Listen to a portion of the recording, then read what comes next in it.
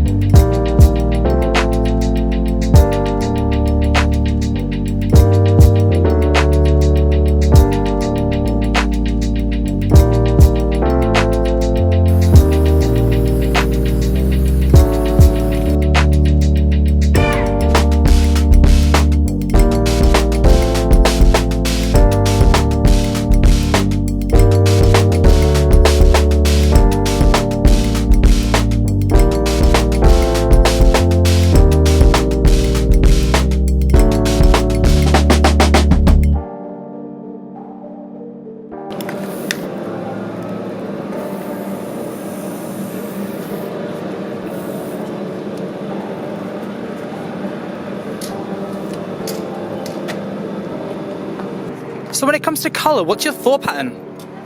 I think it's repetitive. It's a case of like, I've worked with colour that long. I kind of just know which colours go where. Like I know that pink and purple are opposite green on the colour wheel, so I know that they'll clash off, which means they'll stand out. It's a bit instinctual, a little bit planned. Because when you're painting on this scale, you don't really want to be wasting money on loads and loads of different colours for it to be wrong, to repaint it. So I always pick my colours around a theme, and then it's just a case of like puzzling them together. Okay. Really. What's the theme of this piece? It's kind of based on a few different sketches that I did on a sketchbook. So it's I just sort of made it work. It's kind of like a comic of a character painting. So the top left is his hand, which is that hand there. That face is his face, and he's painting that character. So it's sort of just trying to wangle it and doing comics with my characters, so there's like a narrative to it. So it's not just like another big face, it's like there's a reason why.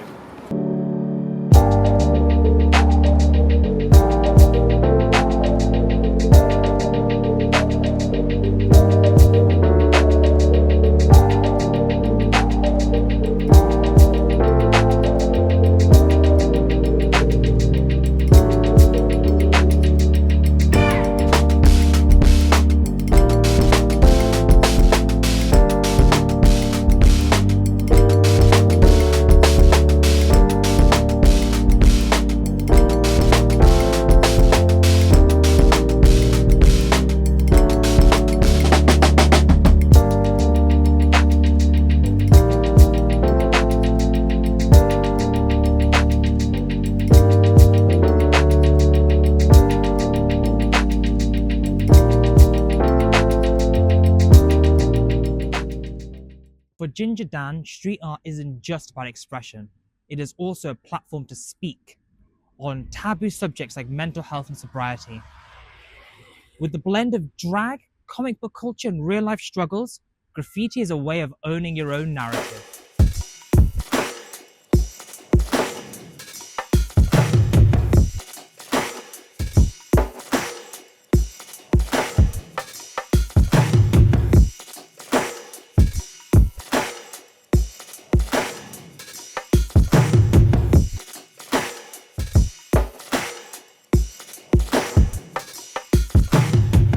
neoliberalism.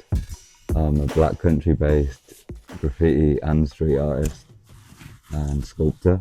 I make work about psychedelia and politics and just general anti-capitalist stuff. So yeah, neoliberalism, well, neoliberalism is the system that we exist within. But yeah, essentially it was a mutated form of capitalism which was introduced by Margaret Thatcher and Reagan, which prioritises privatisation rather than things being in public ownership such as rail, healthcare, etc. Instead selling them off to private companies, which we're seeing the repercussions of today. Also deregulation, yeah, kind of austerity as well. So yeah, just generally not funding public programs, youth centres and well-being, living in more of a dog-eat-dog world.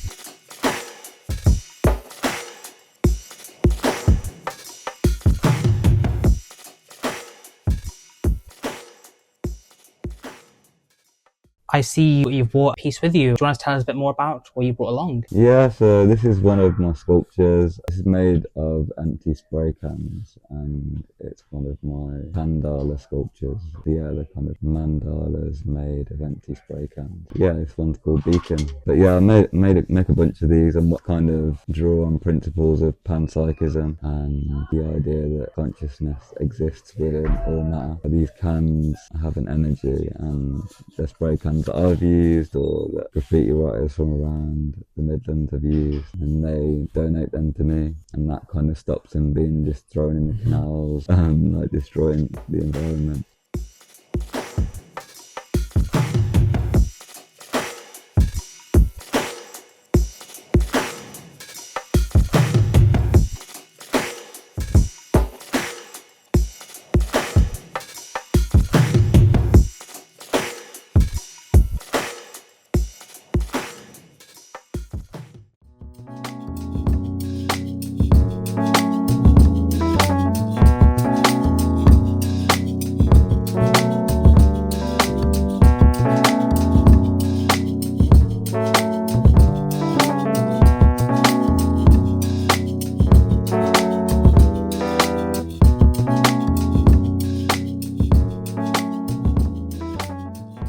History fact.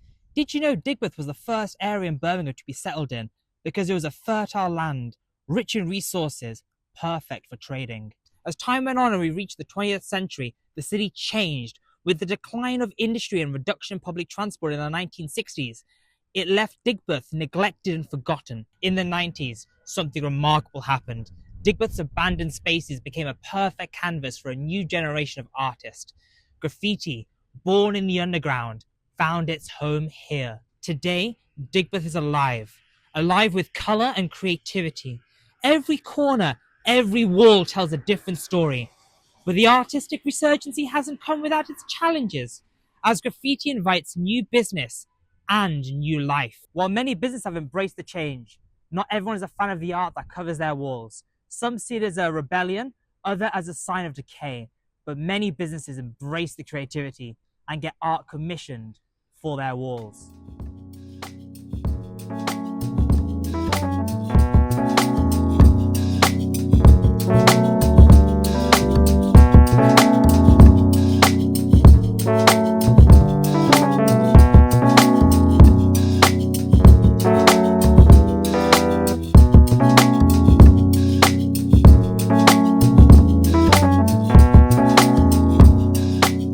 What does Digbeth mean to you as a graffiti artist? Yeah, Digbeth was kind of like evolved later in the overall Birmingham graffiti scene. Yeah, it kind of originated at Selly Oak like what's now Bournebrook DIY, which is like the original legal graffiti wall in Birmingham. Yeah, the Digbeth scene came later and was really seeded by one of my favourite artists, like from Birmingham, Nuso, and Gent as well. But yeah, so those two guys were kind of pushing the boundaries, leveraging their privilege, like, yeah, painting. They were like, oh, we'll just like paint a character and we'll just act like we're meant to be there and we'll paint a character. And as long as the police see a face or something, they won't think, oh, that's graffiti, let's nab them. Yeah, so it's become a hotspot, but you know, it's all going to be demolished and redeveloped now that we've made it cool. I think the graffiti in Digbeth is very inspiring and helps to brighten up what would otherwise be a very dull and lifeless place. The artists are very underappreciated for the life that they bring into the community. I love it, yeah. It's really cool. I like how there's so many different art styles around. The vibrant colours really like adds to like the vibe around the place. I love how it's always changing. You know, there's like nothing really stays there for too long, which I guess you could say is a bad thing, but I kind of like it, you know? I think it's the perfect place for it because there's so many creative outlets around Digbeth that seeing all of this art around and all of these individual artists helps to inspire the other artists to start creating their own work. I love it. I've been going to Digbeth for about 15 years, just kind of wandering around, and it's always ever changing. And one of the main reasons why I love Digbeth so much is because it is a creative hub of Birmingham. The graffiti that you have is absolutely beautiful. There's a piece by the bridge which is Valentine's Day themed, and I think the artist who created that piece is very talented and very creative. I think the graffiti around Digbeth is just like really inspiring, like on the way to college. And I think my favorite one is the one by the Red Brick Market where there's like this alien lady, and I think she looks really sick.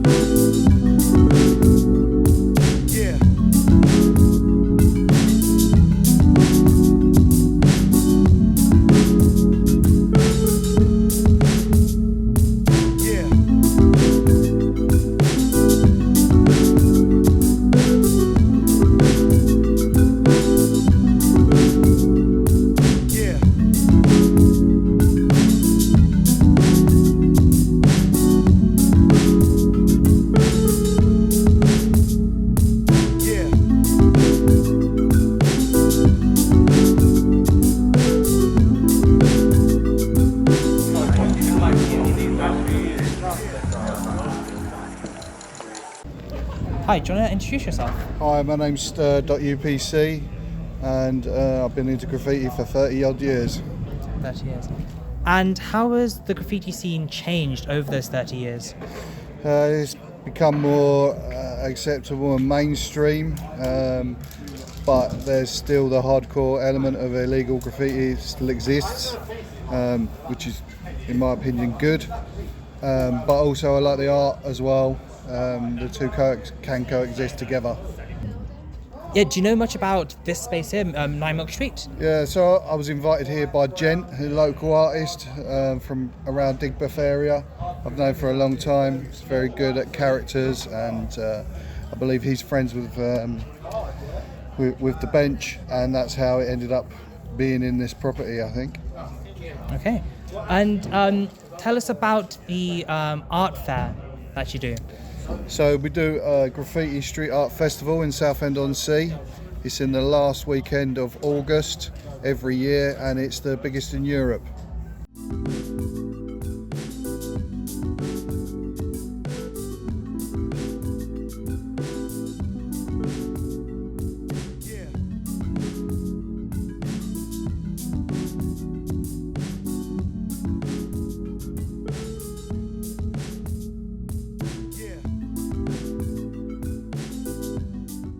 people have a certain perception of graffiti writers, like they just hate them, you know. People are like, oh, tagging, like they just hate taggers, but they don't realise that, yeah, you couldn't have all the beautiful, big, extravagant murals, like, without that culture. Like, it's kind of like the yin to the yang, like, you know, Banksy was a tagger, like, any, like, big and prolific artist who's, like, really respected, yeah, has kind of come from that root, you know.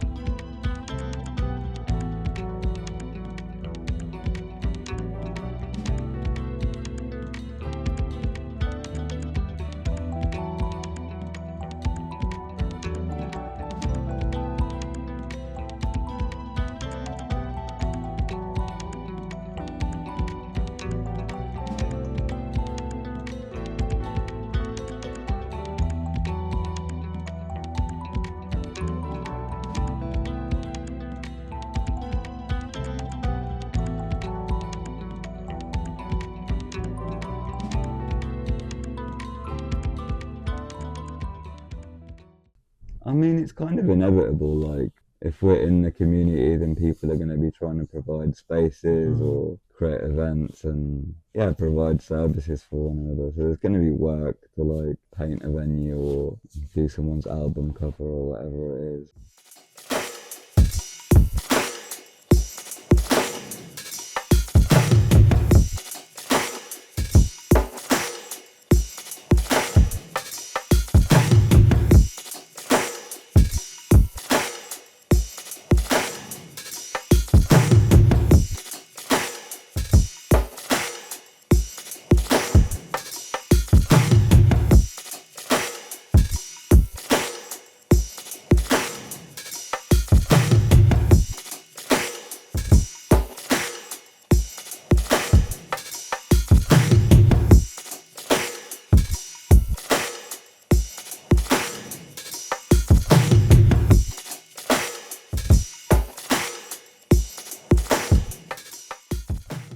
When you have a community like this, it is only natural that people would want to profit off it.